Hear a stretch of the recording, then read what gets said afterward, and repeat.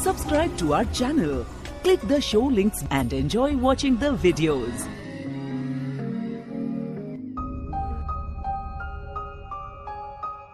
दोस्तों, हमारी इस दुनिया और एक और दुनिया जिसे हम भूत प्रेतों का नाम देते हैं, क्या वो सच में है या एक कल्पना?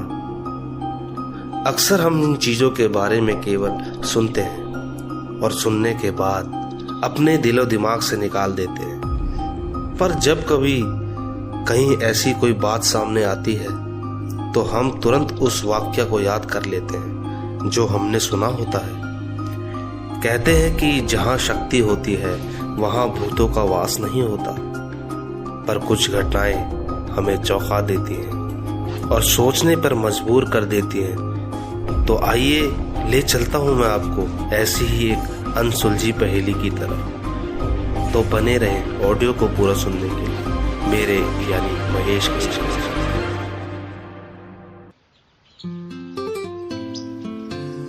मनीष अपनी बालकनी में खड़ा फोन में लगा हुआ था कि माँ ने आकर कहा, बेटा तेरे लिए आलू के पराठे बांध दिए, रास्ते में खा लेना पक्का। मनीष, इसकी क्या जरूरत थी माँ, मुझे पराठे बिल्कुल पसंद नहीं है। इतने में ही पिताजी बोल पड़े, अरे जल्दी करो भाई, ट्रेन छूट जाएगी वरना, जल्दी करो। देखो पिताजी भी गुस्सा कर रहे हैं। माँ ने बड़े प्यार से कहा, बेटा वहां आराम से जी लगा कर पढ़ना और फोन करते रहना। मनीष ने कहा, माँ आप बिना खाम का परेशान हो रही हो, हॉस्टल है वो, कोई परेशानी वाली बात ही नहीं है। अच्छा चलता हूं, बाय, ध्यान रखना अपना। बाय बेटा। माँ की आंखें नम थी। मनीष इकलौता बेटा जो कि अकेले हॉस्टल में रहने जा रहा था। मनीष और पिताजी नीचे गए और गाड़ी में बैठकर निकल गए।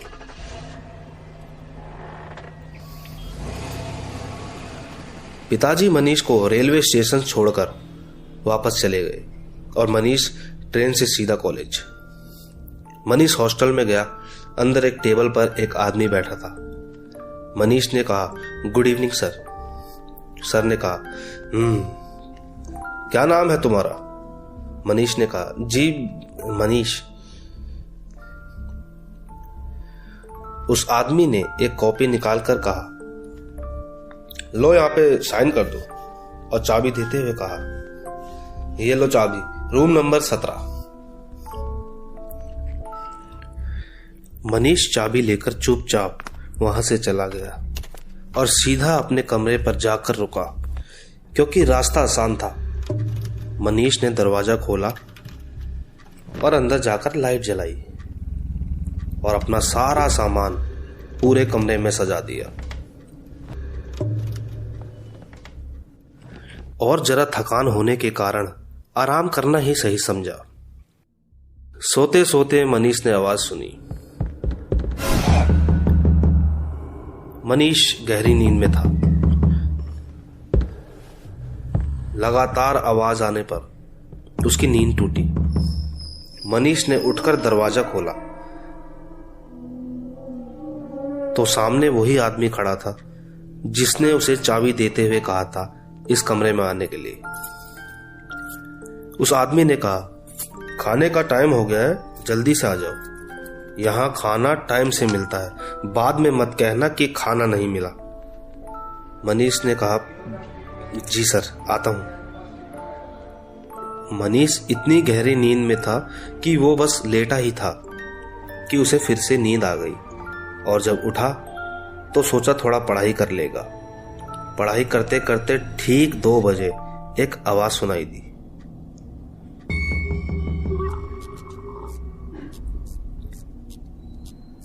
मनीष ने उठकर दरवाजा खोला और बाहर देखा। बाहर कोई नहीं था। मनीष को लगा कि शायद वो नया है इसलिए कोई उससे मजाक कर रहा होगा। वो जाकर आराम से अपने बेड पर सो गया। नींद उसे बड़े ही आराम से आई। अगले दिन सुबह मनीष टाइम से उठा। आराम से नहा धोकर तैयार होकर अपने दरवाजे पर ताला लगाकर आराम से निकल गया। पूरे दिन कॉलेज से जब शाम को घर लौटा तो कमरे में आकर सो गया। और 12 बजे उठकर पढ़ाई करने लगा। रात के ठीक 2 बजते ही उसने एक आवाज सुनी।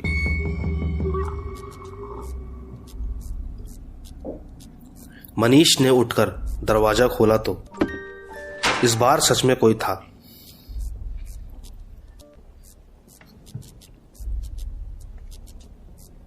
मनीष ने लाइट जलाई तो बाहर खड़े लड़के ने कहा, हेलो, मेरा नाम राकेश है।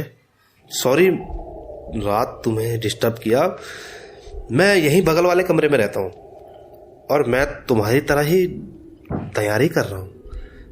अगर तुम्हें कुछ पूछना हो तो बता देना, मैं कल फिर आऊँगा, ठीक है?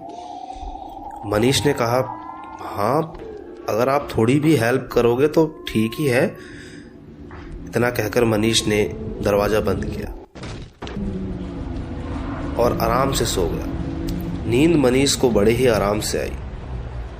राकेश ठीक 2 बजे आता और मनीष को पढ़ाता। दोनों में काफ़ी बातचीत होने लगी। दोनों एक दूसरे के अच्छे दोस्त बन गए थे। और एक दिन राकेश ने कहा, अगले हफ्ते मैं घर जा रहा हूँ और अगर तुम्हें कोई ज़रूरी नोट्स चाहिए तो मैं लाओ निशान लगा देता हूँ। राकेश ने नोट्स तैयार किए और चला गया। मनीष काफ़ी खुश था कि कोई तो है जो उससे बात करता है, और यहाँ वैसे भी वो अकेला ही तो है। मनीष को नींद बड़े ही आराम से आई और एग्जाम होने पर जब उसने पेपर देखा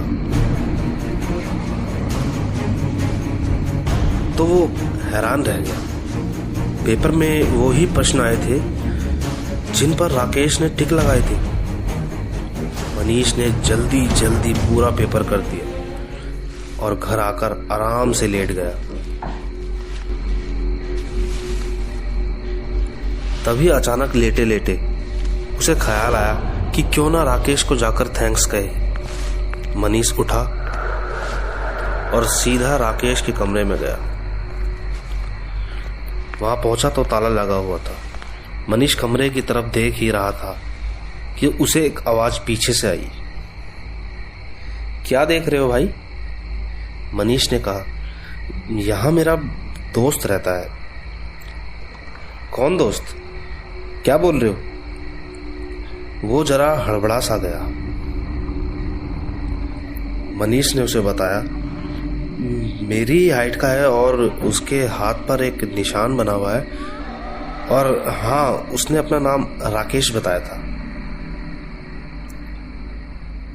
उस लड़के ने बिना कुछ कहे मनीष का हाथ पकड़कर उसे अपने साथ ले गया और अपने कमरे में ले जाकर लगातार कुछ ढूंढने लगा।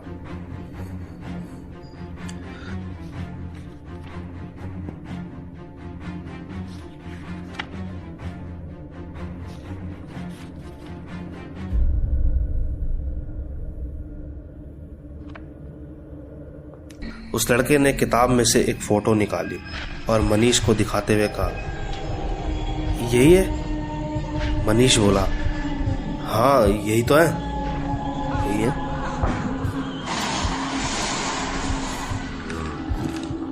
वो लड़का हैरान हताश एक लंबी सी सांस भरकर बोला, राकेश मेरा बहुत अच्छा फ्रेंड था। वो भी तुम्हारी तरह तैयारी कर रहा था।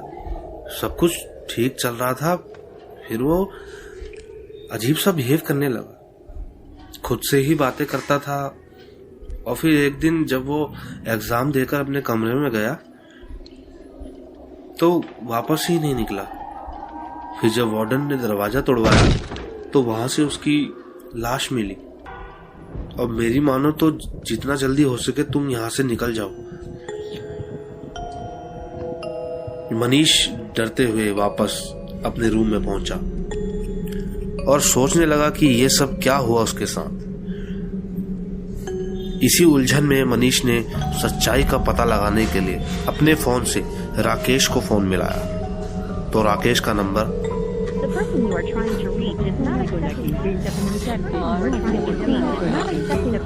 मनीष ने एक एक करके अपना सारा सामान पैक किया।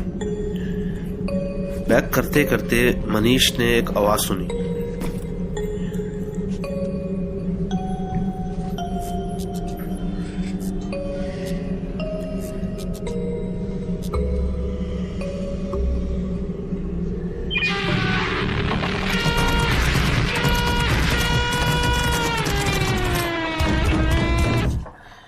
मनीष कोने में दुपक के बैठ गया कि तभी मनीष का टेबल पर रखा फोन बजने लगा।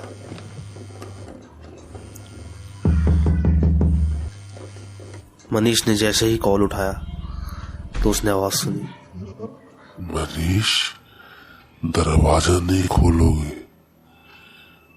पढ़ाई नहीं कर रही?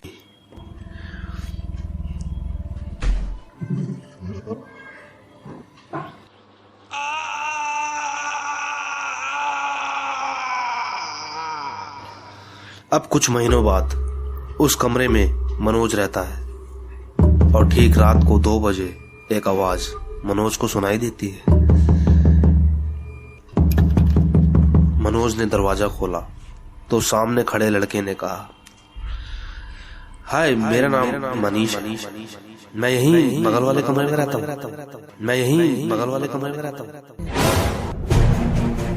मैं हूँ मनीष। चैनल को लाइक करें और सब्सक्राइब करें, शेयर।